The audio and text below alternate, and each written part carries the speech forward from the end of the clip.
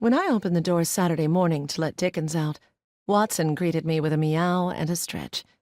The handsome tabby was a recent addition to Astonbury Manor and visited Christie several times a week. Christie glanced up from her puddle of milk. "I looked for you last night when Leta came home. Where were you?"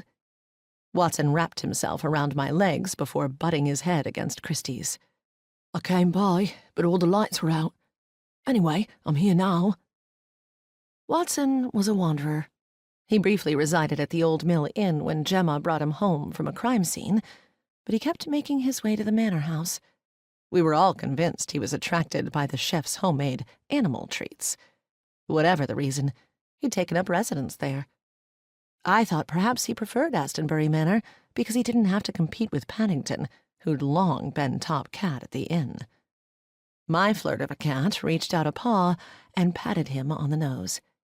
"A good thing, too. We leave for Cornwall today. Will you miss me?"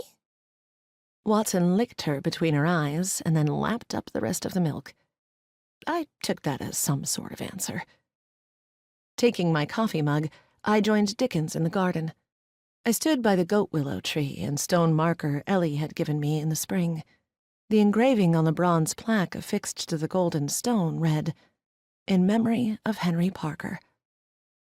We were riding bicycles on a sunny April day in Atlanta when my husband was struck down by a speeding car.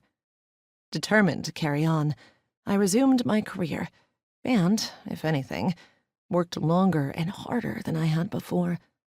That approach did little to fill the hole in my heart. When I was focused on work, I could forget about what had happened. But grief never failed to find its way into the precious little downtime I had. Henry used to complain that I wasn't spontaneous, that I took planning to unbelievable extremes, so he would have been as surprised as I was when I decided to take early retirement and move to England. We'd visited the Cotswolds on vacation and toyed with the idea of retiring here. In my heart, though, I knew Henry never would have done it. Rent a villa in France or cottage in the UK for a month, maybe, but move overseas? Never. For me, it was a dream come true. "Henry," I said softly, "Dickens and Christie and I are going to Cornwall. Can you believe it? You and I loved exploring Tintagel, and I'm looking forward to doing it again. They have a new walkway, for which I'm sure short people everywhere are giving thanks." No doubt it was exaggerated in my memory, but a few of the steps carved into the cliff had seemed thigh-high and been a challenge for my short legs. Dickens nudged my calf and barked, "Leta, Henry's not here.